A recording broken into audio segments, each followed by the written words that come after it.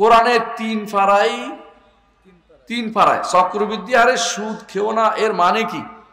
তাহলে চক্রবৃদ্ধি হারে না খেলে এমনি খেলে জায়েজ হবে না, কোনোটাই জায়েজ নাই। চক্রবৃদ্ধি গায়ের চক্রবৃদ্ধি সবটাই জায়েজ নাই। চক্রবৃদ্ধি হচ্ছে এটা, ধরেন 10 টাকা 12 টাকা হয়েছে, এবার 12 টাকা 14 টাকা হবে, 14 টাকা, হ্যাঁ 14 টাকার সুদ বারবার আসতেছে, এটা চক্রবৃদ্ধি।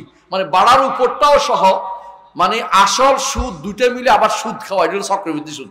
আর এমনি বাড়ে নাই, 1 মাস পরে 2 টাকা, আবার বলে 1 মাস পরে 10 টাকা, একবার বলে 10 টাকা 10 টাকা, প্রতি যত মাস যায় তত 10 টাকা, এটা চক্রবৃদ্ধি না হলে এটাও হারাম।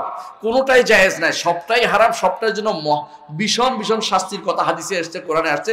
আমরা এটা বলছি, এমনকি আল্লাহ তাআলা বলছেন ফাআযানু বিহারবিন মিনাল্লাহি ওয়া রাসূলিহি, আল্লাহ এবং তার রাসূলের সাথে যুদ্ধে নেমে যাও, এটা বলছে, যুদ্ধে নেমেছে বলছে, বুঝেন না কথাটা, কঠিন শাস্তির কথা বলেছে।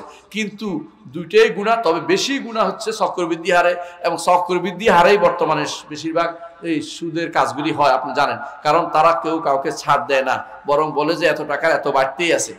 আমার মনে আছে, আমার এক ছাত্র বলছিল, স্যার এই উত্তরবঙ্গ, আপনারা জানেন যে উত্তরবঙ্গ কিছু মঙ্গা এলাকার লোক আছে, ইয়া এলাকার ওই রংপুরের, স্যার আমাদেরকে একদম পয়সা নেয়, আমার মা বাবা এই করে দিছে, এটা ওই কি সমিতি থেকে টাকা এনে দিছে, সুদের পারতেছে। আমি তারা বললাম যে এক ভাই থেকে কিছু টাকা নিয়ে তুমি সুদটা ফেরত দিতে বলো, কারণ প্রতি মাসে সুদ দিবে কোথেকে, এরপর জমিটা নিয়ে যাবে, বাড়ি নিয়ে যাবে, কারণ দাদনরা তো সব নিয়ে যায়। সে যাইয়া বলতেছে, স্যার বাড়িতে গেছে, আপনি যে অমুককে দিচ্ছেন, অমুকে টাকা দিচ্ছেন, আমি তো দিতে পারি না, একজন দিছে। বাড়িতে গেছে, ওরে বলছে টাকাটা ফেরত দেবো, ফেরত দিতে রাজি নেই, ফেরত দিতে রাজি নেই টাকা, বুঝছেন তো? কারণ লাগাইতে বলছে, এখন তো সুদে খায় লাভ, এখন সে টাকা ফেরত নিবে না। সে বলছে না, টাকা ফেরত নেওয়া যাবে না, তুমি যেটা দিচ্ছ ওইটা দিয়ে বাদ দিয়ে বাকিটা দাও, মানে সুদের টাকা দাও, সুদে থাকুক, তুমি অন্য কাজ কর, তুমি এই টাকা দিয়ে আমাদের টাকা এটা দিছি, এটা হিসাবে নষ্ট হয়ে যাবে, এটা টাকা ফেরত দিবে না। এগুলি হচ্ছে শয়তান। পুরো এলাকাতে দাদন ব্যবসা যেটা চলতেছে, এগুলো প্রচন্ড রকম খারাপ ব্যবসা, আপনারা সবাই মিলে তাকে বয়কট করবেন।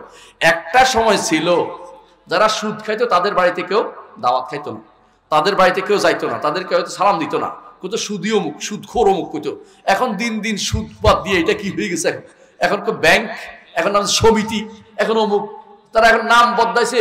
আগে সুদখোর হইতো, এখন সমিতির পরিচালক হয়েছে। তারপরে সুদখোর সে হচ্ছে সবচেয়ে নিম্ন শ্রেণীর লোক, ওদেরকে বয়কট করবেন। ওরা মরে গেলে জানাজাতে অংশগ্রহণ করবে না, দোয়া করবে না ওদের জন্য, ওরা কিছুটা সাবধান হইতে পারে।